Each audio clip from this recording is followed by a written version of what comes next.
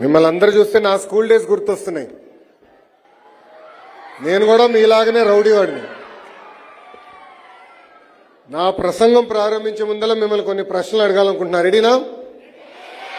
Okay. 7th class students చేతుల పైకి ఎత్తండి.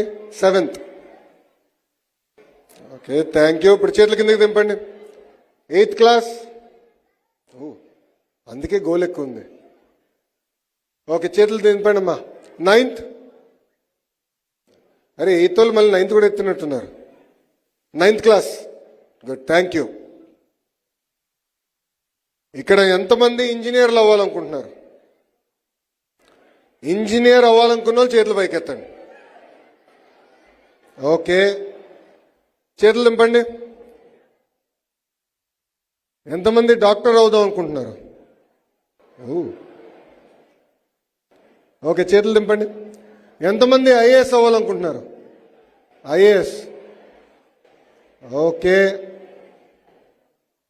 ఎంతమంది చేతులు దింపండి అమ్మా. ఎంతమంది ఐపీఎస్ అవ్వాలనుకుంటున్నారు? పోలీస్. ఓకే, ఎంతమంది చేతులు దింపండి. ఎంతమంది టీచర్లు అవుదాం అనుకుంటున్నారు? ఎవరు ఎత్తట్లేదమ్మా? ఒకసారి మళ్ళీ దింపండి. Will start it again. 1 second. అందరు చేతులు దింపండి. ఎంతమంది టీచర్లు అవ్వాలనుకుంటున్నారు? మీ టీచర్లు అందరూ కోపంగా ఉన్నారు మీ వైపు. ఓకే, చేతులు దింపండి. ఇప్పుడు ఎంతమంది రాజకీయ నాయకురాలు అవ్వాలనుకుంటున్నారు? పొలిటీషియన్. అబ్బాయిలు ఎత్తుతున్నారు.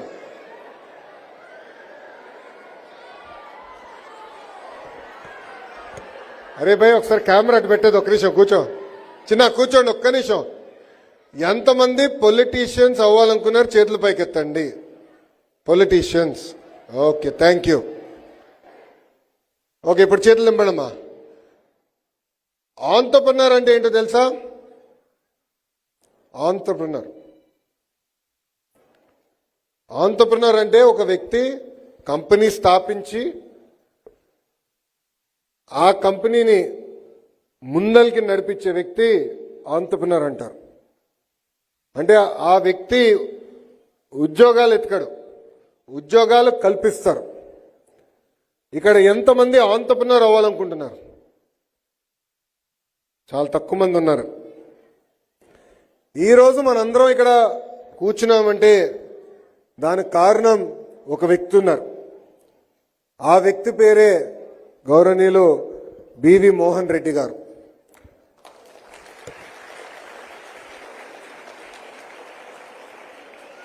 మోహన్ రెడ్డి గారు ఇప్పుడే చెప్పినట్లు గురువు గారు నన్ను చిన్నప్పటి నుంచి చూశారు. నేను చేసే అల్లరి పనులన్నీ కూడా చూశారు ఆయన. ఇన్సైడ్ అవుట్ నా గురించి తెలిసిన వ్యక్తి ఆయన. 1991లో ఇప్పుడు సైంట్ అనే కంపెనీ, ఆనాడు ఇన్ఫోటెక్ అనే పేరు ఉండేది. అంకల్ పేరు కూడా మోహన్ రెడ్డి గారు అని పిలిచేవారం కాదు, ఇన్ఫోటెక్ మోహన్ రెడ్డి గారు అని మేము అందరం పిలిచేవారం. 1991లో ఇప్పుడున్న సైంట్ కంపెనీని స్థాపించి ఈరోజు సుమారుగా 16,000 మందికి ఉద్యోగాలు కల్పిస్తున్న వ్యక్తి మోహన్ రెడ్డి గారు. కేవలం మన దేశం, కేవలం మన రాష్ట్రం, మన దేశమే కాదు, 22 దేశాల్లో ఈరోజు సైంట్ కంపెనీని నడిపిస్తున్న వ్యక్తి మోహన్ రెడ్డి గారు.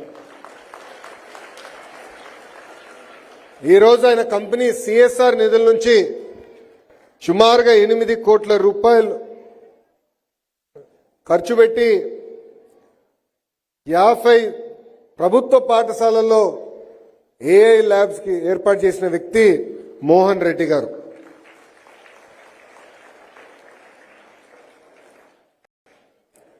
ఇక్కడ మీరందరూ అనుకోవచ్చు ఏఐ వల్ల మాకేంటని. మీరందరూ ఇక్కడ కూర్చున్న పిల్లలు, యు ఆర్ అవర్ ఫ్యూచర్.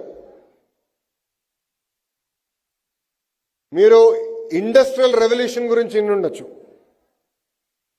ఒక్కొక్క ఇండస్ట్రియల్ రెవల్యూషన్ ఒక్కొక్క టైంలో వచ్చింది.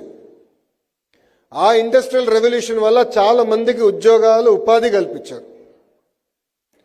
ఈ ఐటీ రంగం వల్ల చాలా మందికి ఒక ఆంధ్ర రాష్ట్రంలోనే కాదు, తెలంగాణలో కాదు, భారతదేశంలోనే ప్రపంచంలో తెలుగు వాళ్ళకి మెరుగైన అవకాశాలు వచ్చినాయి.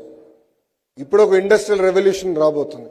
ఆ ఇండస్ట్రియల్ రెవల్యూషన్ పేరే ఏఐ, ఆర్టిఫిషియల్ ఇంటెలిజెన్స్. ఈ ఏఐ వల్ల మనం చేస్తున్న రెగ్యులర్ పనులన్నీ కూడా టెక్నాలజీ చేసే పరిస్థితికి వచ్చింది. సో మారుతున్న క్రమంలో మన కరికులంలో మార్పు రావాలి, మన ల్యాబ్స్లో మార్పు రావాలనేది బలంగా ప్రభుత్వం నమ్ముతుంది. అందుకే మీరు చూస్తే మీ టెక్స్ట్ బుక్స్ అప్గ్రేడేషన్ దగ్గర నుంచి, ఎగ్జామినేషన్ ఫార్మాట్ మార్చే దగ్గర నుంచి అనేక సంస్కరణలు మీకోసం మేము తీసుకొచ్చాం. ఒక్కసారి కానీ మనం చూస్తే ఇండస్ట్రియల్ రెవల్యూషన్లో ప్రింటింగ్ ప్రెస్ కీలకమైన పాత్ర వహించింది.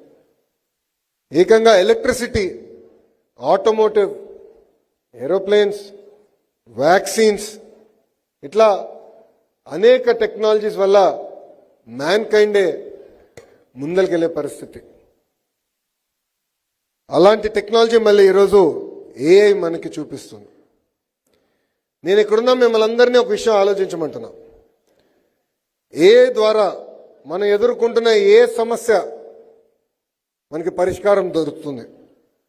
రెండోది, ఏ టెక్నాలజీ వాడి నాతో ఉన్న మా స్నేహితులు కానీ, లేదంటే మా ఇంటి పక్కనున్న కుటుంబాల్లో జీవితాల్లో ఎలాంటి మార్పు తీసుకురావాల్సిన విషయం ఒక్కసారి మిమ్మల్ని అందరినీ నేను ఆలోచించమంటున్నా. ఈరోజు నేను ఒక స్కూల్కి వెళ్ళి అక్కడ ల్యాబ్లో చూసా, పిల్లలు ఏఐ వాడి వాటర్ ఎలా మొక్కలకి అందించాలనేది కూడా చూపించారు. ఒక దగ్గర నీరు పడితే విండ్ స్క్రీన్ వైపర్ ఆటోమేషన్ ఎలా చేయొచ్చు అనేది కూడా వాళ్ళు చాలా సింపుల్గా నాకు ఎక్స్ప్లెయిన్ చేశారు. డిజిటల్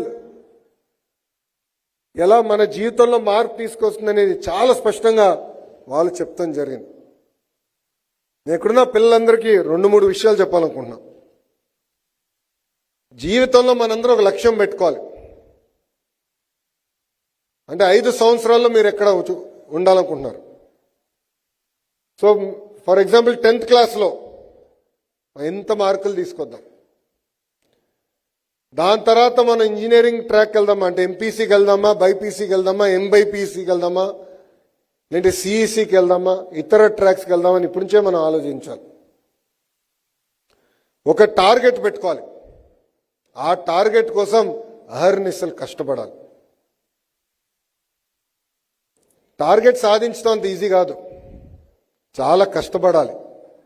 కేంద్రంలో ప్రధానమంత్రి గారు కానివ్వండి, రాష్ట్రంలో ముఖ్యమంత్రి గారు కానివ్వండి, ఇద్దరు అహర్నిశలు కష్టపడుతున్నారు కనుకనే మన జీవితాలు మనం ముందరికి తీసుకెళ్ళగలుగుతున్నాం. దేశం సరైన దారిలో నడుస్తుంది. కష్టపడాలి. కానీ మనం అనుకుంది ఎప్పుడు సాధించలేకపోవచ్చు, బాధపడకూడదు. ఒక ఫెయిల్యూర్ జరిగితే జీవితంలో అది మనలో కసి పెంచాల, ఫైర్ రావాలా. ఎస్, నేను అనుకుంది సాధిస్తానని ఆ రోజు నుంచి మీరు ఆలోచించాల. నేను కూడా రాజకీయాల్లోకి వచ్చినప్పుడు 2019 ఎన్నికల్లో నేను పోటీ చేశా, ఓడిపోయా. 5300 ఓట్లతో ఓడిపోయా. ఓడిపోయిన రోజు నాకు బాధ కలిగింది, ఆవేదన కలిగింది. కానీ ఆ బాధ, ఆవేదన నాలో కసి పెంచి 5 సంవత్సరాలు అక్కడనే కష్టపడి 91,000 మెజారిటీతో ఆ సీటు నేను గెలిచా.